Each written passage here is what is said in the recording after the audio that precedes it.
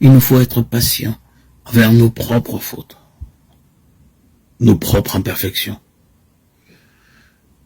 Lorsque nous faisons un certain chemin dans la vie spirituelle et que nous désirons véritablement aimer le Seigneur de tout notre cœur, de tous nos moyens, de toutes nos possibilités, lorsque nous avons appris à faire confiance et à nous abandonner à notre Seigneur, à nous remettre entre ses mains au milieu des épreuves, des soucis, des difficultés, il nous reste une circonstance dans laquelle nous risquons souvent de perdre la paix et la tranquillité de notre âme, et que le démon n'hésitera pas à mettre à profit fréquemment pour nous décourager et nous troubler. Il s'agit de la vision de notre misère, de l'expérience de nos propres fautes, des chutes que nous avons fait encore dans tel ou tel domaine, malgré notre bonne volonté de nous corriger. Rappelons-nous que là aussi, il est important de nous rendre compte que la tristesse, le découragement, l'inquiétude de l'âme que nous ressentons après une faute ne sont pas bons et que nous devons au contraire tout faire pour demeurer dans la paix.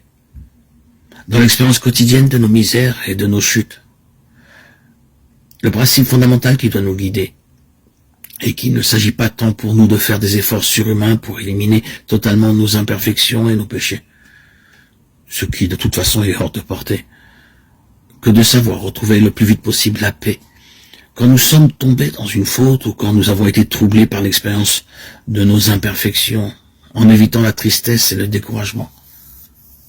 Cela n'est pas du laxisme, ni de la résignation à la médiocrité, mais au contraire, un moyen pour nous sanctifier plus rapidement.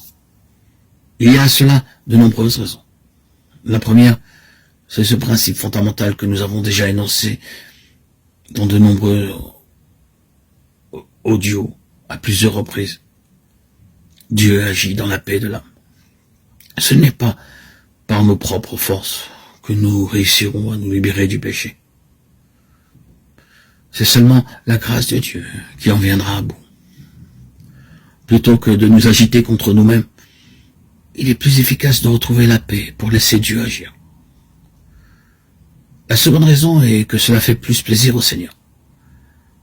Qu'est-ce qui contente davantage Dieu quand après une chute on se décourage et se tourmente, ou bien quand on réagit en disant « Seigneur, je te demande pardon, j'ai encore péché, voilà ce que je suis capable de faire par moi-même. Mais je m'abandonne avec confiance à ta miséricorde et à ton pardon. Je te remercie de m'avoir permis que je pêche plus gravement encore. Merci Seigneur. Tu m'as permis de ne pas trébucher encore plus bas. Je m'abandonne à toi avec confiance car je sais qu'un jour, tu me guériras complètement et me feras triompher de mon péché. En attendant, je te demande que l'expérience de ma misère m'amène à être plus humble, contrit, doux, envers moi-même, envers les autres, plus conscient que je ne puis rien par moi-même, mais que je dois tout attendre uniquement de ton amour, de ta miséricorde. La réponse est claire.